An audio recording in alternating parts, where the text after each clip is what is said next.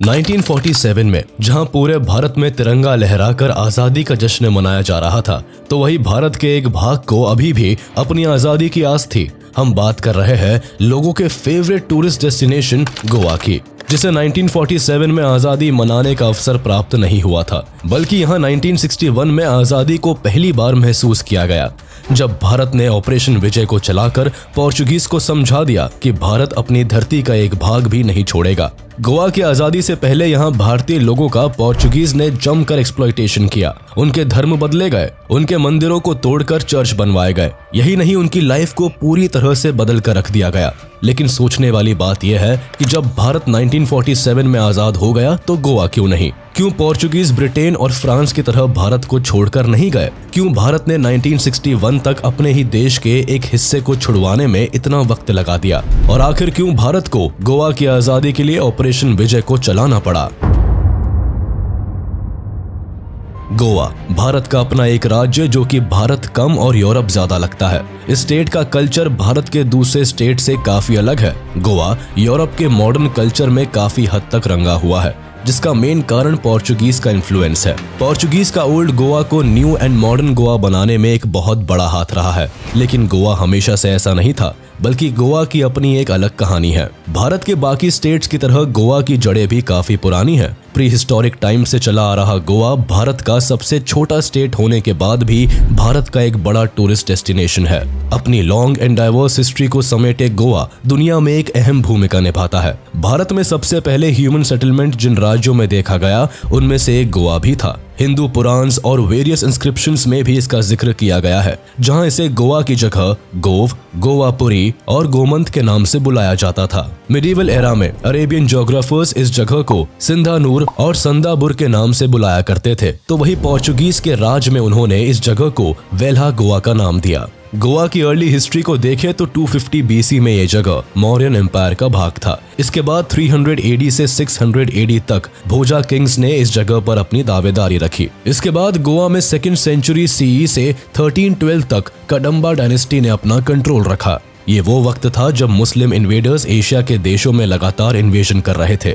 इसी दौरान 1312 से 1367 तक डेक्कन के मुस्लिम्स इन्वेडर्स ने गोवा को अपना बेस बनाया। लेकिन इसी वक्त विजयनगरम किंगडम ने डेक्कन को काफी हद तक अपने कंट्रोल में ले लिया था और गोवा को भी एनेक्स्ट कर लिया। लेकिन जल्दी ही बहमनी सल्तनत ने गोवा को कॉन्कर कर अपने हाथों में ले लिया। गोवा हमेशा से ही एक इम्पोर्टेंट पोर्ट था, जिसकी वजह से ये आइलैंड हमेशा ही बहमनी और विजयनगरम एम्पायर के बीच में टसल का कारण बना रहा। लगातार हो रहे इस टसल के बीच में बीजापुर के गवर्नर आदिल शाह ने बहमनी किंगडम को तोड़कर गोवा को अपने हाथ में ले लिया और 1492 में गोवा आदिल शाह के कब्जे में आ गया। लेकिन आदिल शाह की सल्तनत में जनता बिल्कुल भी खुश नहीं थी। कई हिस्टोरियंस मानते हैं कि आदिल शाह के शासन में हिंदुओं पर उन दिनों बहुत अत्याचार होने लगे थे और इसी वजह से वहां के लोकल लोगों ने आदिल शाह को खत्म करने के लिए पुर्तगालियों की मदद ली और पुर्तगाली सेना ने आदिल शाह से युद्ध करके गोवा को उसके अत्याचारों से मुक्त किया था। आदिल शाह की सल्तनत एक दिन में खत्म नहीं हुई थी,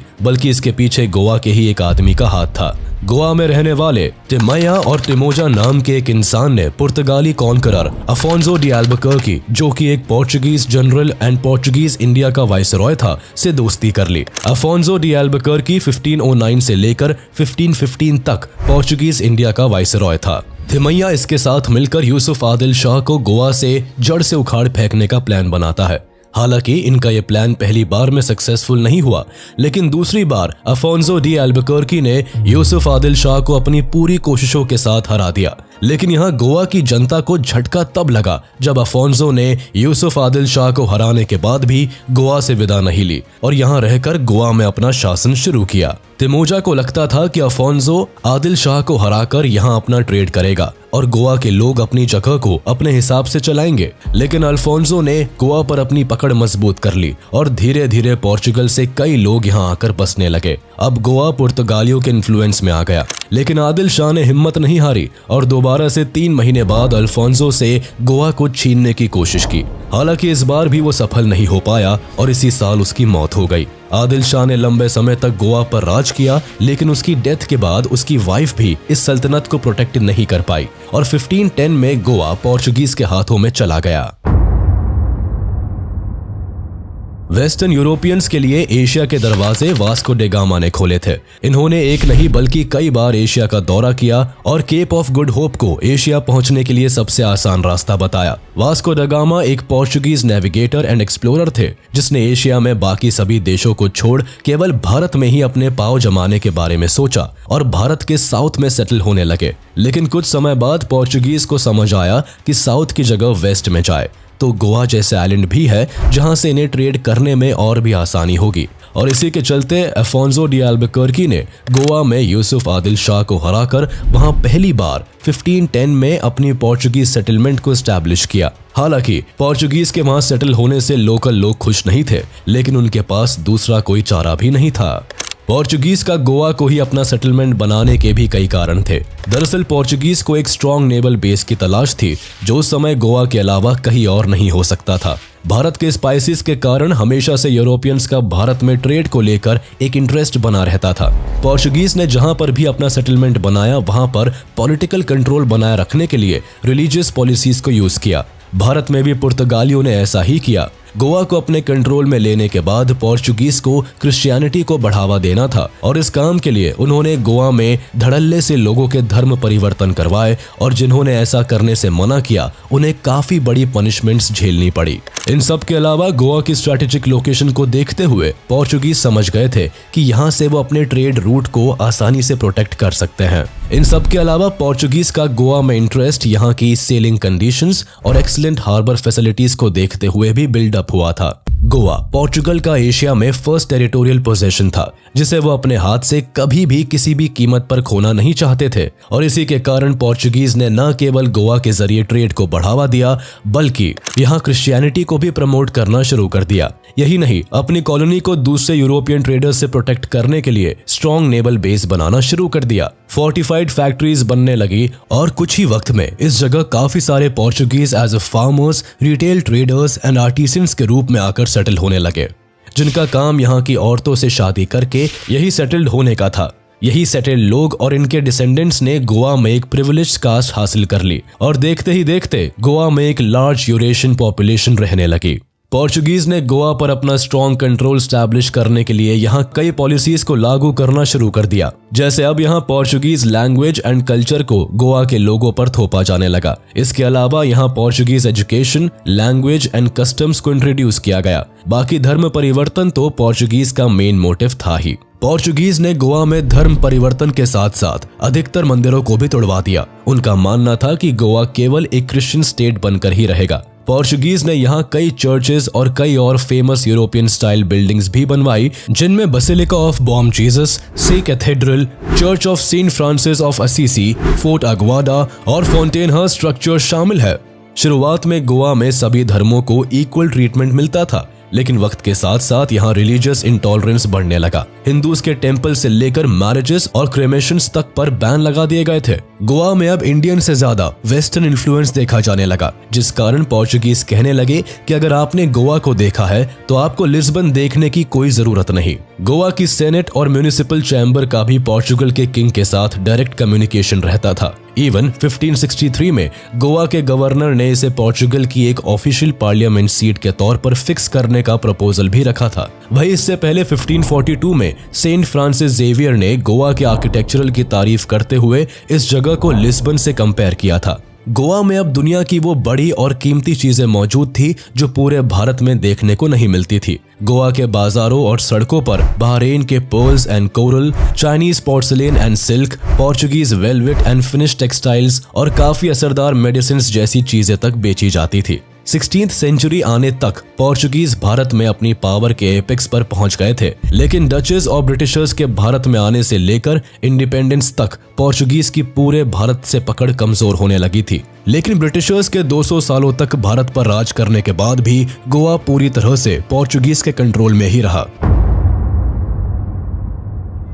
ब्रिटिशर्स के भारत छोड़ने और भारत की आजादी के साथ ही गोवा के लोगों को भी अब लगने लगा कि कई 100 सालों से चले आ रहे पोर्चुगीज राज से उन्हें छुटकारा मिल जाएगा। लेकिन असल में ऐसा हुआ नहीं, बल्कि पोर्चुगीज तो अब गोवा को अपनी टेरिटरी का एक अहम हिस्सा मानने लगे थे और उनके हिसाब से गोवा अब उनका था, ना कि भारत का। हालांकि वो केवल पोर्चुगीज ही नहीं थे जिन्होंने भारत को छोड़कर न जाने का प्लान बनाया था, बल्कि पौंडीचेरी में फ्रांस ने भी अपने पांव जमाए हुए थे। लेकिन कुछ ही समय बाद 1 नवंबर 1954 को फ्रांस ने भारत के आगे सरेंडर कर दिया और बिना किसी कॉन्फ्लिक्ट के वो भारत को छोड़कर चले गए। लेकिन पोर्चुगीज को भारत सरकार के कहने पर भी ये समझ नहीं आया कि गोवा उनका नहीं, भारत का एक अहम हिस्सा है। इंडिपेंडेंस के बाद गोवा भारत के बाकी सभी स्टेट्स की तरह इंडिपेंडेंट नहीं हुआ था और यहाँ भी भारत के कुछ अन्य स्टेट्स की तरह टेंशन्स बरकरार थी। जूनागढ़, हैदराबाद, पौंडीचेरी, कश्मीर, गोवा जैसे कुछ क्षेत्र ऐसे थे जहां भारत लगातार अपना हक बनाने के लिए हर मुमकिन कोशिश कर रहा था। कश्मीर, जूनागढ़ और हैदराबाद पर पाकिस्तान की लगातार नजर बनी हुई थी। लेकिन यहाँ सोचने वाली बात यह है कि जब लक्षद्वीप जैसे बैरन आइलैंड तक को पाकिस्तान ने हथियाने की कोशिश की तो गोवा को क्यों नहीं? अब इस बात का साफ आंसर कल्चर डिफरेंस और पॉपुलेशन था।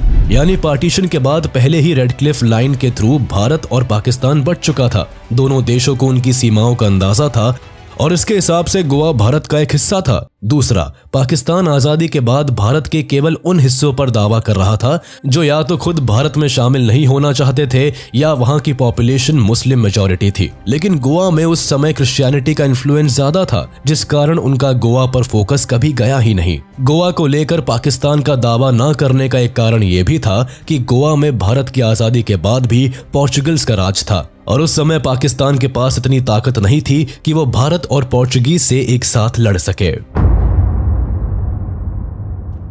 भारत की आजादी के लिए पहली क्रांति की लड़ाई भले ही 1857 में लड़ी गई हो, लेकिन भारत के एक हिस्से में इससे पहले ही एक क्रांति हुई जो अंग्रेजों के खिलाफ नहीं बल्कि पुर्तगालियों के खिलाफ गोवा में 1555 में की गई थी। 1555 तक गोवा के लोग कैथोलिक प्रीस्ट के अत्याचार और एग्जॉर्बिटेंट लैंड रेवेन्यू से परेशान हो गए थे, जिस कारण उन्होंने पोर्चुगीज के खिलाफ क्रांति शुरू कर दी।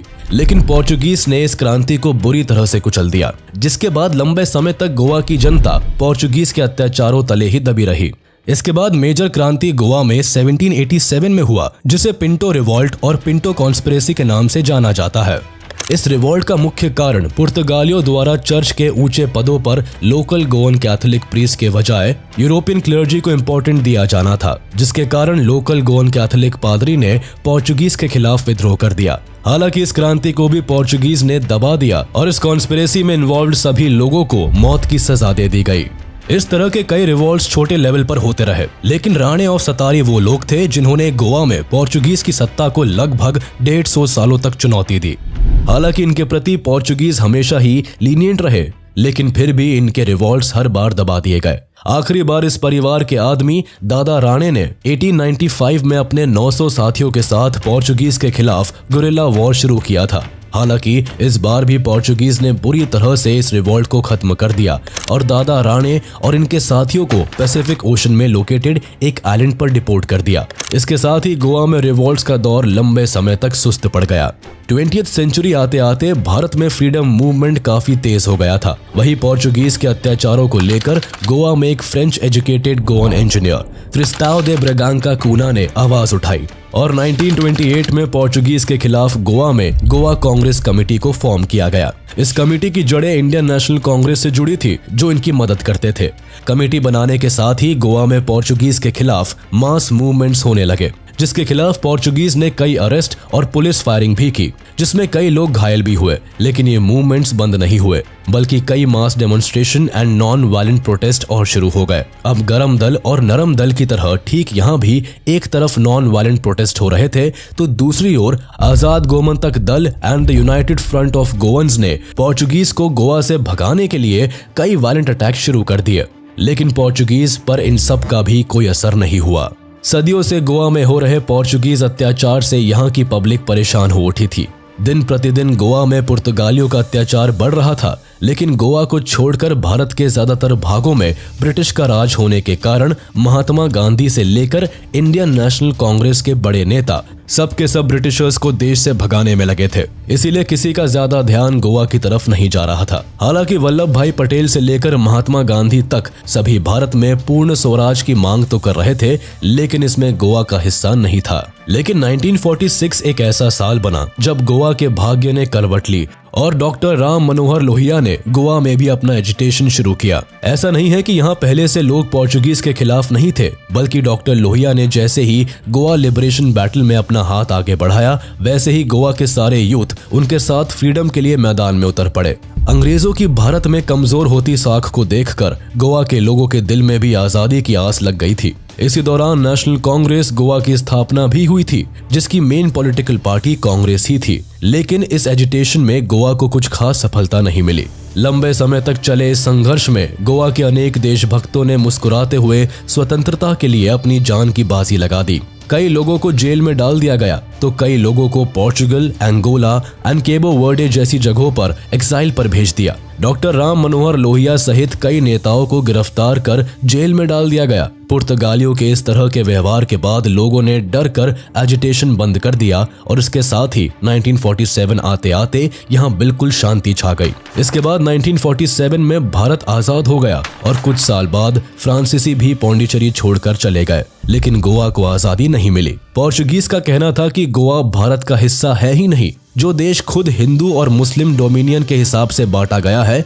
उसमें गोवा जैसे क्रिश्चियन पॉपुलेशन वाले स्टेट कैसे हो सकते हैं। इसके साथ ही उन्होंने गोवा के लोकल लोगों को भड़काने के लिए कई सारे स्पीचेस भी दिए। कम्युनिकेशंस कैंपेन चलाए जिसमें एक सिनेमा तक बनवाया गया था और लोगों को कन्विंस करने की कोशिश भी की गई थी कि पुर्तगालियों के अंडर रहना ही गोवा के लोगों के लिए अच्छा है।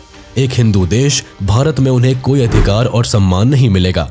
भले ही गोवा में पोर्चुगीज अपनी चाल चल रहे थे, लेकिन भारत में गोवा को मिलाने के लिए कई कोशिशें की जा रही थी। कई बार गोवा को भारत में मिलाने की कोशिश फेल होने के बाद 27 फरवरी 1950 में भारत सरकार ने बिना किसी अग्रेसिव मूव के शांति से एक टेबल टॉक करने का प्रपोजल पोर्चुगीज को दिया।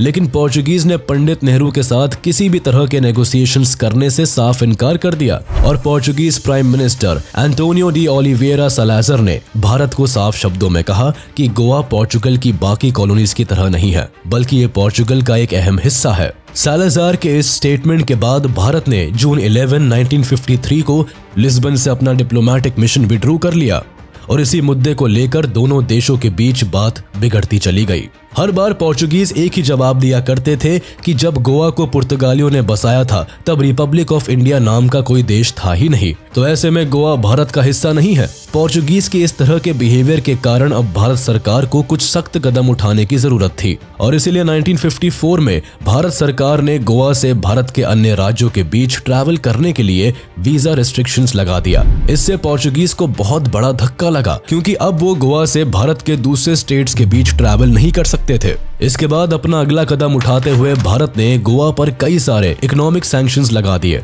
जिसके कारण पोर्चुगीज भारत के दूसरे हिस्से से सामान मंगवाने और बेचने का हक खो बैठे। गवर्नमेंट के एक्शन से गोवा के फ्रीडम फाइटर को काफी प्रोत्साहन मिला और गोवा के अंदर उन्होंने क्रांति शुरू कर दी। इसके कुछ समय बाद कुछ हथियारबंद क्रांतिकारियों ने मिलकर 1954 में दादरा और नगर हवेली से पोर्चुगीज पुलिस को मार भगाया और इन जगहों को स्वतंत्र कर लिया। ये इंसिडेंट भारत के लिए एक बड़ी जीत और पुर्तगालियों के मुंह पर हार का एक जोरदार तमाचा था। इस जीत से इंस्पायर होकर 1955 में हजारों निहत्थे लोगों की भीड़ ने गोवा में एंटर करने की कोशिश की, जिसे देखकर पुर्तगाली पुलिस ने उन पर फायरिंग शुरू कर दी। ये लोग ज्यादातर विमोचन सहायक समिति और इंडियन कांग्रेस गोवा से थे, लेकिन इनके साथ बहुत ही बुरा सलूक किया गया और गोवा लिबरेशन के इस अटेम्प्ट को ब्रुटैलिटी के साथ खत्म कर दिया गया। इस हत्याकांड से आहत होकर भारत सरकार ने 1955 में गोवा से अपना कौंसिल ऑफिस भी बंद कर दिया। अब तक पंडित नेहरू शांति से गोवा को भारत में मिलाने की कोशिश कर रहे थे। उनका मानना था कि सत्याग्रह से भारत आजाद हुआ है तो गोवा भी हो जाएगा, लेकिन ऐसा कुछ होता हुआ दिखाई नहीं दे रहा था। ऐसे में सवाल उठता है कि प्राइम मिनिस्टर जवाहरलाल नेहरू ने आर्मी को भेजकर हैदराबाद की तरह गोवा का एनेक्सेशन क्यों नहीं करवा दिया? तो इसका एक कारण था अमेरिका एंड नेटो। दरअसल पोर्चुगल नेटो का मेंबर था। ऐसे में अगर भारत पोर्चुगीज के खिलाफ युद्ध करता तो बहुत हद तक ये संभावना थी कि नेटो एंड अमेरिका इस युद्ध में पोर्चुगीज की तरफ से लड़ने आते। इसलिए भारत अब तक चुप था। लेकिन 1955 के मैसेकर ने भारत को एक बहुत ही स्ट्रॉन्ग होल्ड दे दिया था। इस एक इंसिडेंट ने भारत के लोगों के बीच पोर्चुगीज के लिए काफी गुस्सा पैदा कर दिया था। अब पंडित नेहरू को गोवा की फ्रीडम के लिए सख्त कदम उठाने की जरूरत आन पड़ी थी। अब इस मामले ने इंटरनेशनल लेवल पर तूल पकड़ ली थी। पुर्तगाल की लाख कोशिशों के बावजूद विश्व के बड़े बड़े देश भारत के साथ आ खड़े हुए। यूएसएसआर भी इन देशों में से एक था। अमेरिका ने भारत से इस मामले को बिना किसी आर्म्ड कॉन्फ्लिक्ट के पीसफुली रिजॉल्व करने की सलाह दी थी। हालांकि साबरमती नाम की एक पैसेंजर बोट पर बिना किसी बात के जब पोर्चुगीज ने फायरिंग कर कई भारतीय लोगों को मौत के घाट उतार दिया, तो जवाहरलाल नेहरू ने यह डिसाइड कर लिया कि अब टेबल टॉक का टाइम निकल गया और पोर्चुगीज को उन्हीं की भाषा में समझाना जरूरी है। और इसी के साथ शुरू होता है भारत का ऑपरेशन विजय।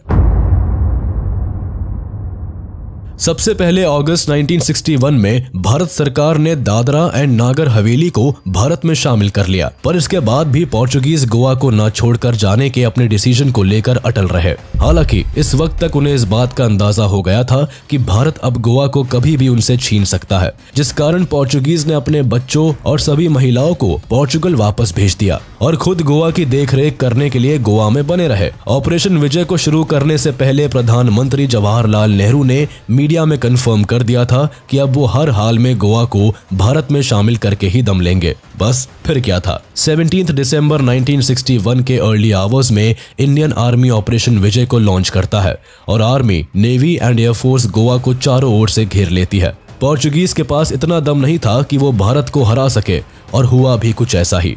18 दिसंबर की इवनिंग तक इंडियन सोल्जर्स ने मोस्ट ऑफ द गोवा को पोर्चुगीज फोर्सेस से मुक्त करवा लिया था और केवल 36 घंटों में गोवा को भारत में शामिल कर लिया। पोर्चुगल से गोवा में इंडियन फोर्सेस का सामना कर रहे पोर्चुगीज आर्मी को साफ निर्देश दिए गए थे कि गोवा को जीतने के लिए उन्हें अपनी जी जान लगा देनी है, और अगर अब भी वो गोवा को हासिल करने में कामयाब न हो पाए तो स्कॉच्ड अर्थ पॉलिसी को लागू करते हुए उन्हें पूरे गोवा को बर्बाद करके ही बाहर निकलना है। स्कॉच्ड अर्थ पॉलिसी के थ्रू हर उस मुमकिन चीज को तहस नहस कर दिया जाता है जो एनिमी के लिए यूजफुल हो। हालांकि इंडियन आर्मी की स्ट्रेंथ और पावर को देखते हुए Portuguese prime minister and dictator Salazar के आदेश के बावजूद गवर्नर जनरल मैनुअल एंटोनियो वसालो ए सिल्वा ने अपने साथियों की जान के मायने समझते हुए भारतीय सोल्जर्स के आगे सरेंडर करने का डिसीजन ले लिया। मैनुअल एंटोनियो इस बात को अच्छे से जानते थे कि पोर्चुगल से उनकी मदद के लिए कोई रीइंफोर्समेंट नहीं आने वाला है, क्योंकि उन दिनों सुएज कैनाल क्राइसिस चल रहा था